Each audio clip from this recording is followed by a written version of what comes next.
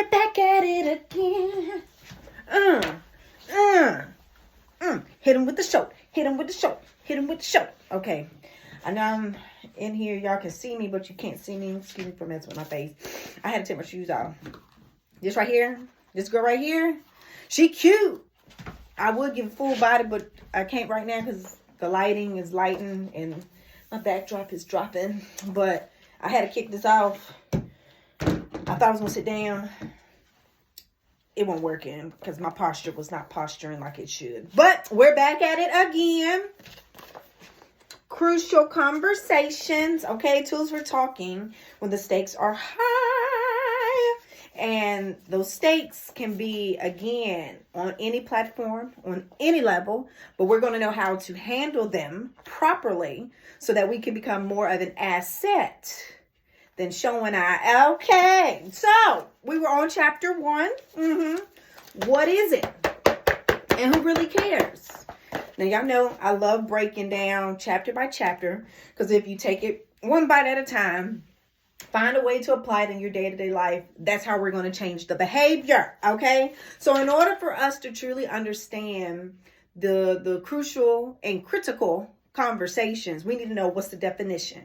What does Webster have to say? Okay, because if Webster says it, then we know we got to believe it. Yes? Nod your head with me. Yes. Okay. So let's define crucial conversations. It is a noun. A discussion between two or more people where 1, the stakes are high, 2, opinions may vary, and 3, emotions run strong.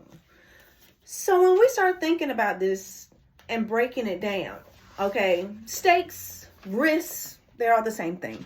What's at play? How are we going to play our cards? Are we playing spades? Are we playing Uno? It doesn't matter what game we're playing, but we know there is a risk when it comes to those conversations. They're going to be trash talking. So I can know how I need to talk that talk. Okay, baby. Versus, this is casual conversation. I need to hear what has to be said. Is there emotions involved? Am I going to get emotional? Am I going to be like tricked, be all in the elbows? Or am I going to be reserved? Because your girl is a corporate baddie. Amen? Amen.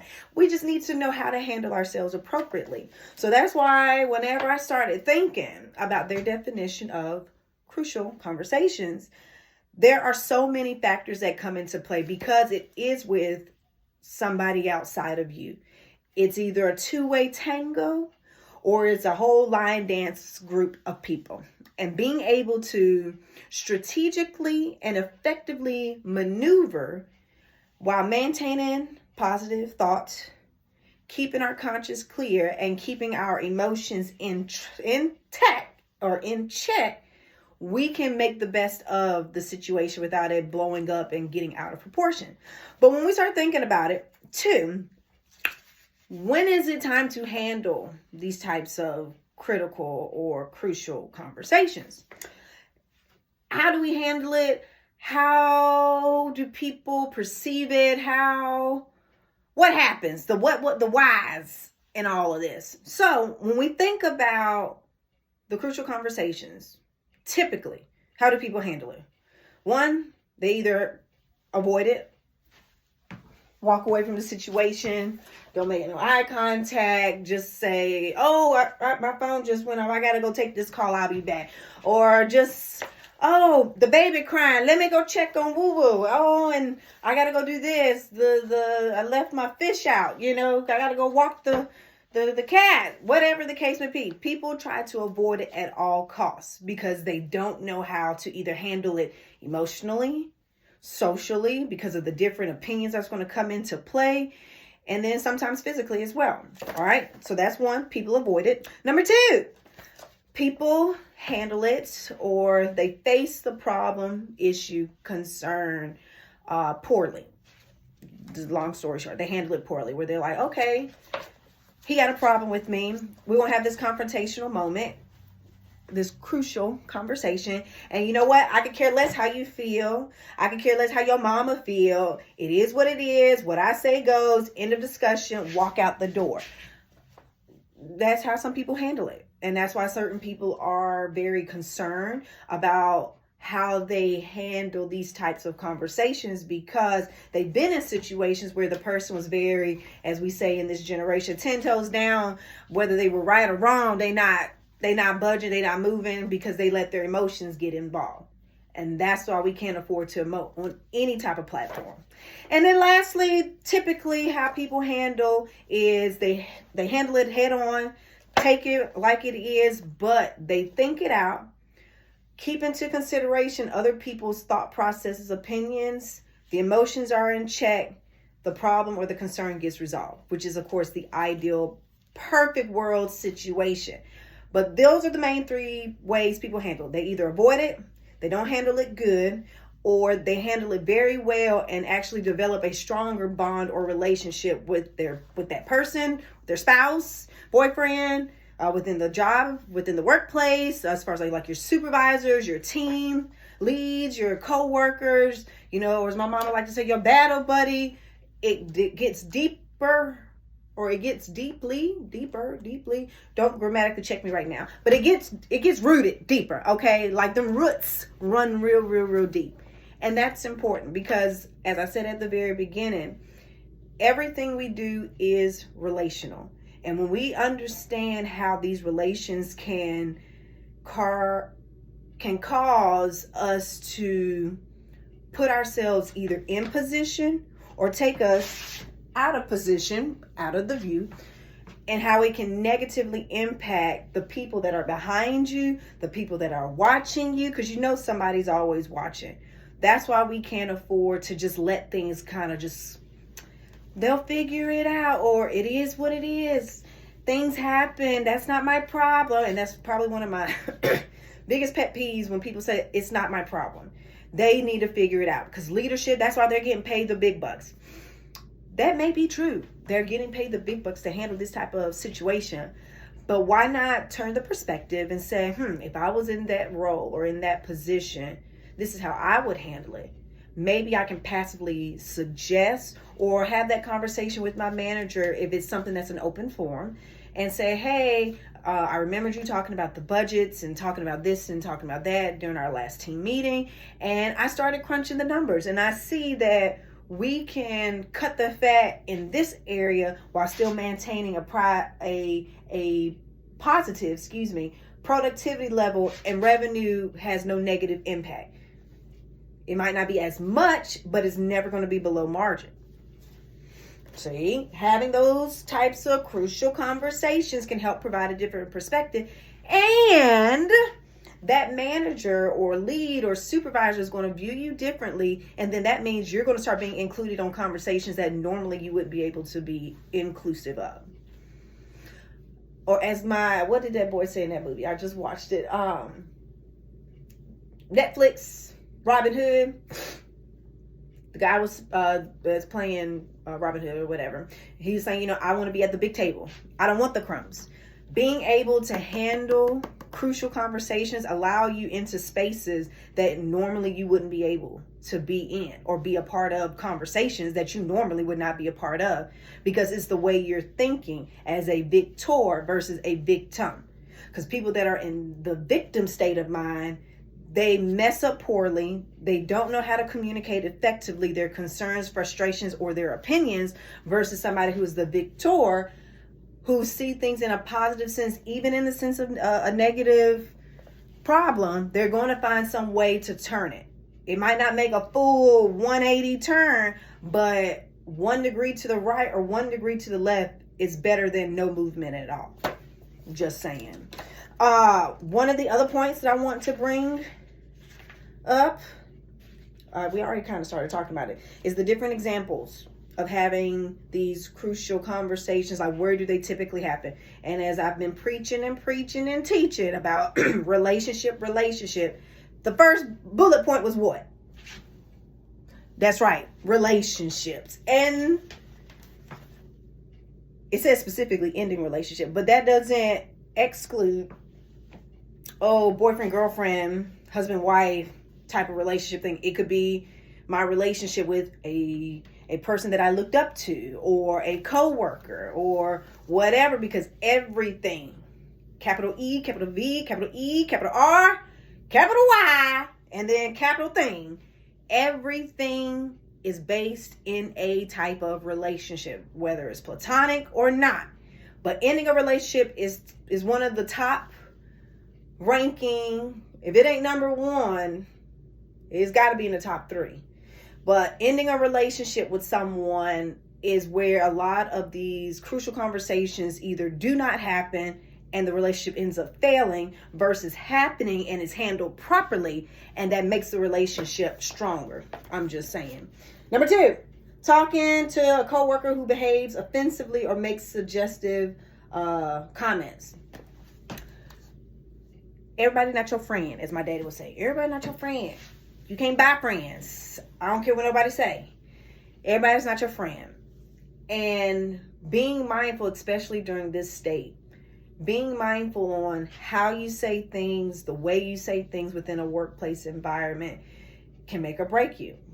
That could lead to either an HR conversation or being escorted off of the premises because you just got terminated because of being insensitive, not being mindful of the environment that you're in, becoming too relaxed, too familiar.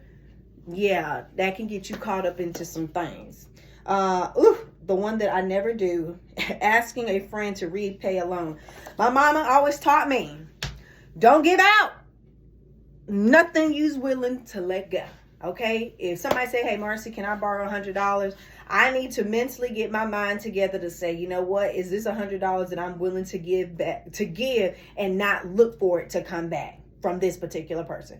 If the answer is yes, then you give it in peace and just say, yep, pay me back whenever you can.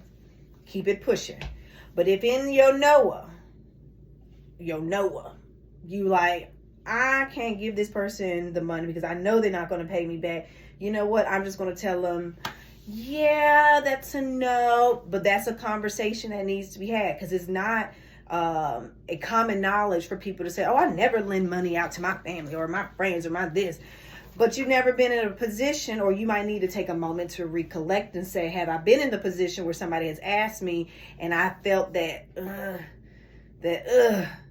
you know what, it's for a good cause. Let me go ahead and do it. I know she's good for it. Then time passed, 2 weeks, 30 days, 45 days, 60 days. They said they're going to pay you back by next week. You gave them a grace period of 30 days. Baby, where's my money? Okay, where's it at? People have a hard time having those conversations because they're worrying about offending that person that they lent the money to, when in actuality, you shouldn't be offended. You're holding that person accountable to that loan, because if, I ain't gonna name banks because this is not a sponsored recording, but if bank XYZ loan you $500,000 and you say, oh, I'm gonna pay it back within the 5-year term, and this is that and the third, they go, oh, okay. You missed the first payment, or you don't make no payment within 2 months. Baby, they doing this. Knocking on that door saying, yo, what's up? Where the money at? Because guess what? They're going to say foreclose. They're going to take that money back. Okay? Don't play with them. That's the same way you should treat it. Think about the big banks, big business. If you are not willing to put it out there, send it out there, have the understanding and the agreement, and with some of the way these people acted today, you better have that stuff in writing, because if it ain't written, it ain't nothing. Be able to hold those people accountable. And that's why I love documentation. That's a whole nother conversation that we're going to have at another time. Giving the boss feedback about their behavior. We're not going to really get into that until chapter 3, maybe. But you got to stay tuned, because I talk about how to do upward coaching, which is basically somebody that is on a lower tier within management having to educate, coach, provide feedback to somebody that is identified as their superior. But there's strategic ways of handling that so that you're not looking like a little prick. We're going to use that word. Okay. But those are just to name a few. And when we have an understanding on how to handle these types of situations, just the few like I mentioned, we're going to see a major improvement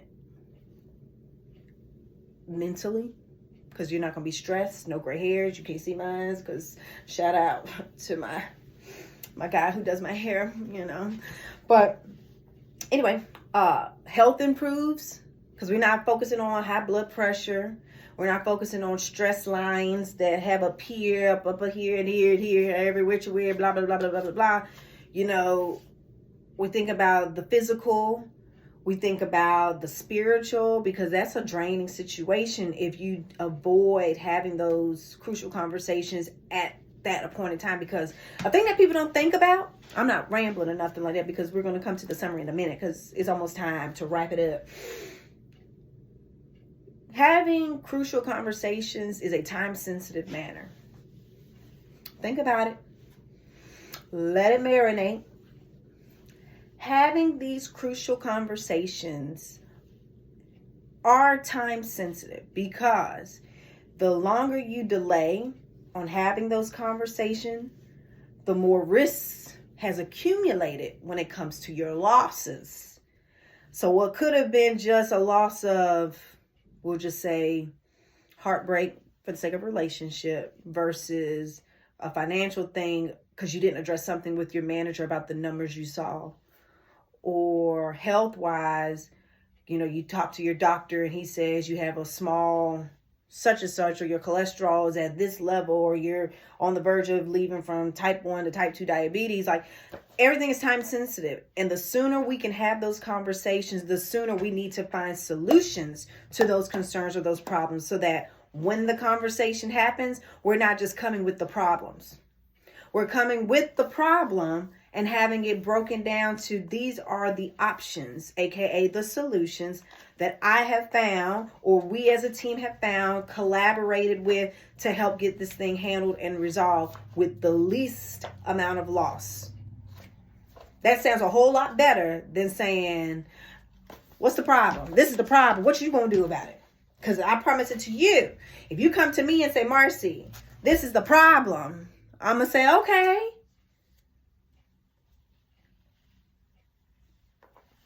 But you're not giving me no solutions, baby. I'm not going to be working with you that much. No. And one of the things that I've told people, trust me, take my advice.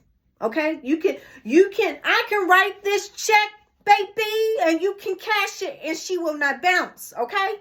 I love the way this is looking. You see how she be bopping? Like, oh, sorry, my ADHD kicked in. But it's okay to say, give me a moment, because this goes into the next book that we're going to be getting into, teaching people about negotiating and everything like that, how to work that flex. But I'm going to give y'all a little sprinkle of it.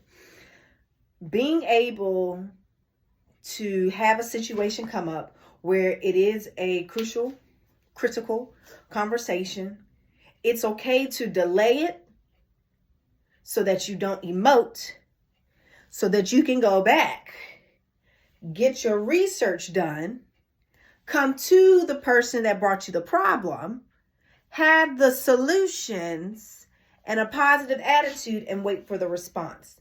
Because I can't stress it enough, being able to take a delayed response can save you so much headache, emotional outbursting, and face. Because if you're the face of something, baby, you can't afford to crack under pressure in front of your supervisor, potential partners, clients. Just say, you know what?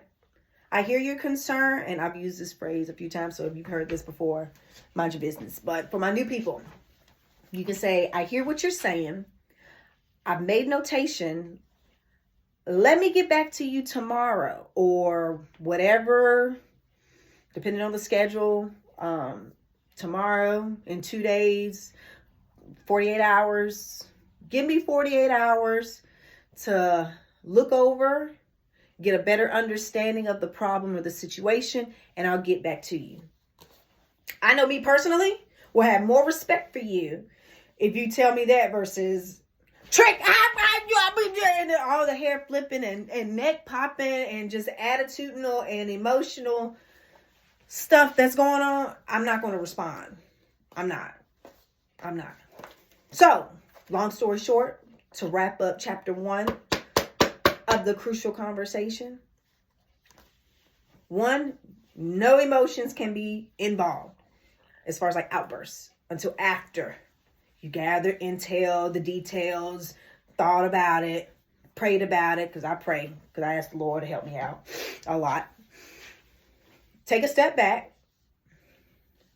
Evaluate the relationship.